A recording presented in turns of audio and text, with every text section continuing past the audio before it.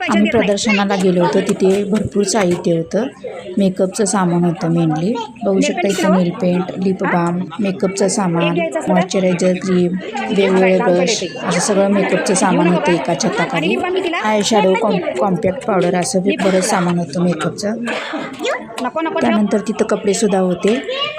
One piece, short dress, salwar dupatta असे भरपूर कपडे होते. आणि इथं शालेय साहित्य पण भरपूर होतं. मुलींचे स्टेशनरी, वेगवेगळे पेन, खोडरबर, कंपास बॉक्स असं छान मस्त साहित्य होतं आणि वेगवेगळ्या प्रकारात होतं. त्यामुळे ते आकर्षक वाटत होतं बघायला. मस्तपैकी होतं सगळं.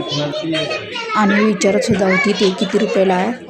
ते दादा सांगत होते 100 रुपयाला.